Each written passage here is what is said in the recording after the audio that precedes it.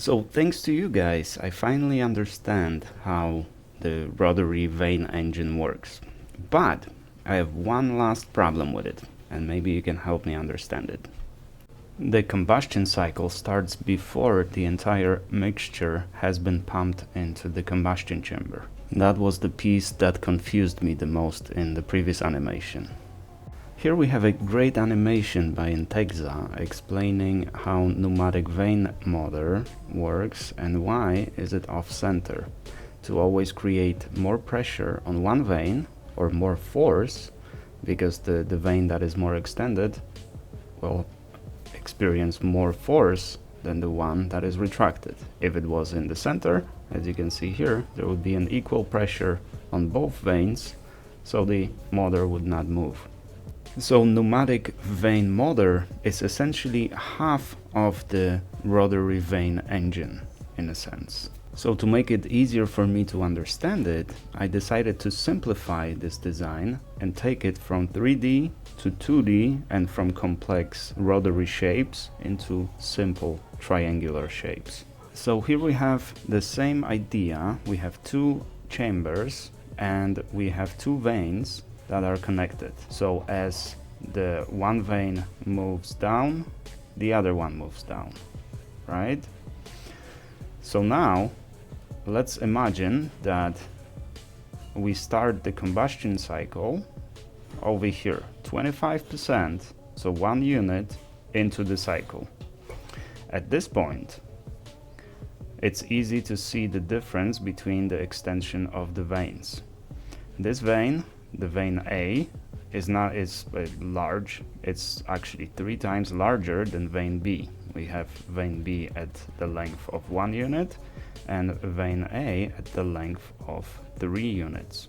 That means that to push both vanes, because they're connected, to push those two vanes in this direction, we need to have at least 3 times the force on this vane than we have on this vane. And even if we have 3 times the force, it will just equalize. The vanes will not move forward. So we need over 3 times the pressure in this chamber to continue compressing this chamber and keep moving the engine, keep moving forward. At this point, we're equalized. So if we start the combustion at this cycle, this probably is a lot easier. A lot less pressure is needed because we just need a little bit of more pressure in chamber B to start moving both vanes in the direction we want to move.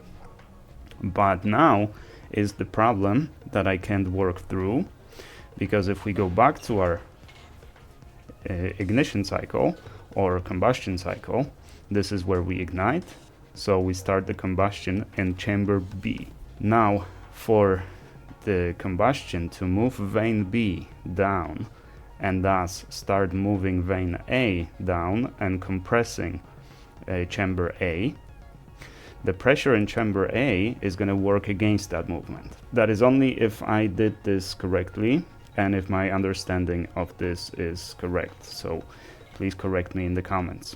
The pressure in chamber B needs to be lower than pressure in chamber A for the air and fuel mixture to make it from chamber A to chamber B.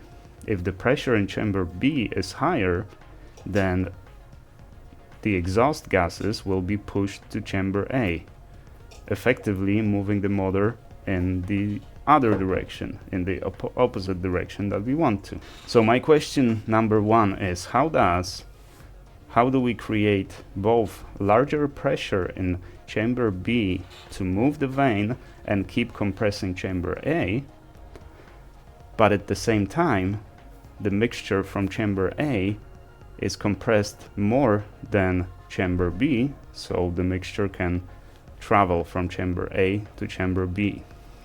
Now I understand that as we started the combustion in chamber B, if the vane moves away, the area in chamber B increases.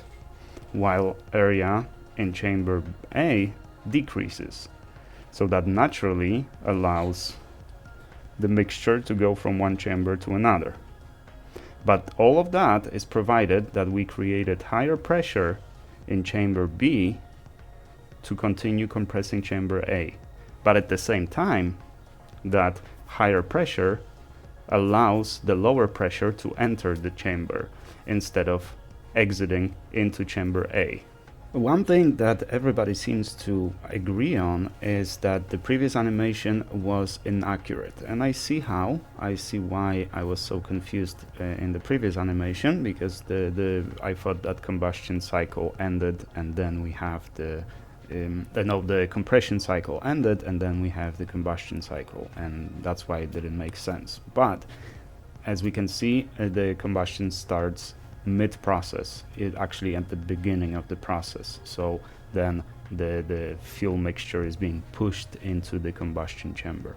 The other thing that is pointed out is that the engine, there's nothing wrong with the theory of this engine and it would work, but the problem is in sealing. And that was also the results of in Texas work on the Vane motor, on the pneumatic Vane motor. It did work, but only for a few seconds, maybe a minute, and then once the pieces start moving, they lose the tightness, they lose the compression, or the engine loses the compression, and it stops working. And here's my point. If the only problem with this engine is sealing it, then you should be able to build it in a way that it works, say, for 10 seconds, maybe a minute, maybe even a few minutes. That would be enough for me to see that it actually can work. Without a working model, even for a few seconds, it's very hard for me to just take it as that it's only a problem of engineering, not problem of laws of physics. In my last video, some of you guys agreed, even though I didn't explicitly say that I know that this cannot work or I'm convinced that this engine cannot work. I was merely asking you to explain it to me how it can work or how does it work, which you guys definitely did. And now we're down to just that one simple problem of pressure, that it seems to work in both directions, right? Both the chamber B has higher pressure, but lower pressure than the chamber A, which confuses me a lot. And also we have the actual combustion in chamber B, so naturally I would expect that to make it into the chamber A. In addition, since we have a diverging and converging, or converging and diverging nozzle over here, the math, I went down this rabbit hole of the nozzles, and there's a lot of math and a lot of variables in calculating even the simple airspeed moving through the nozzle, and it also depends whether it's subsonic or supersonic speeds of the fluid. It makes a lot of difference. The shapes, it's a very complex subject. So here we have the working pretty much against the pressure in chamber A, and we have a nozzle calculations. So that makes the engine very complex to even build, with the hopes that it will work. And problem number 2, sealing it. So in this video, let me make it clear that I'm not saying that this engine definitely cannot work or that it breaks the laws of physics. All I'm saying is that it's very hard for me to understand how it actually works. What are the variables most important here for the engine to actually produce any kind of torque, which is supposed to be much better than the piston engines. And the construction of such an engine would be a relatively big endeavor.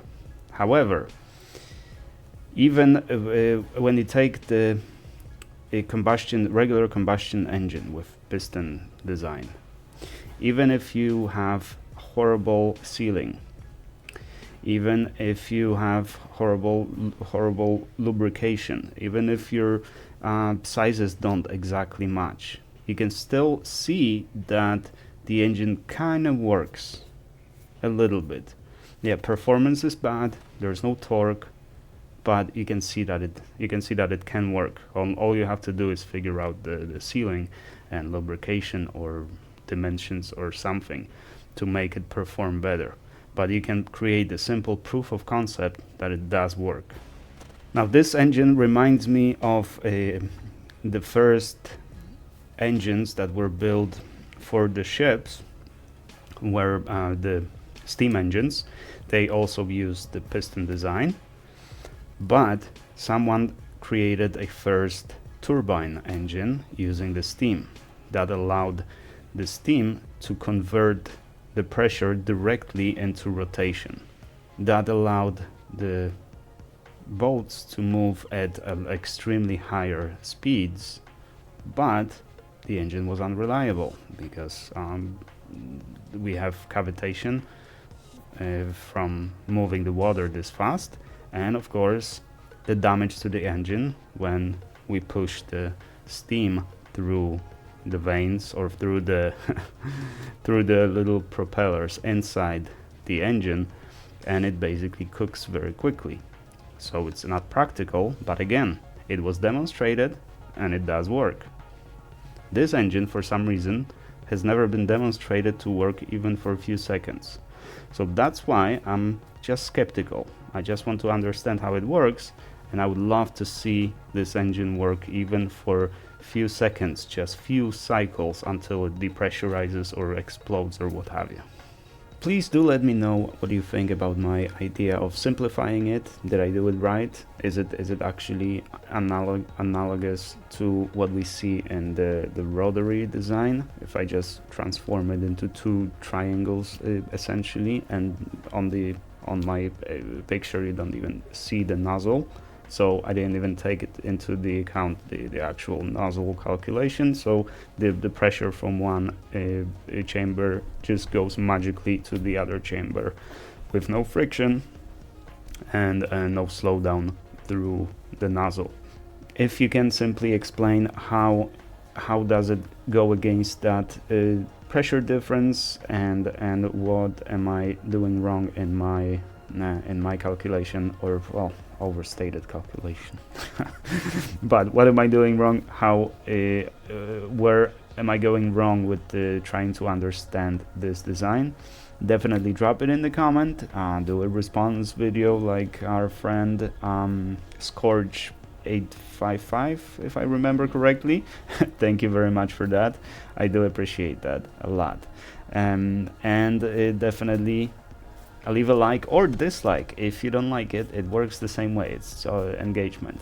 My last video had less than 80% of like to dislike ratio, which is usually a low for my videos, but at the same time it was viewed by a lot of people.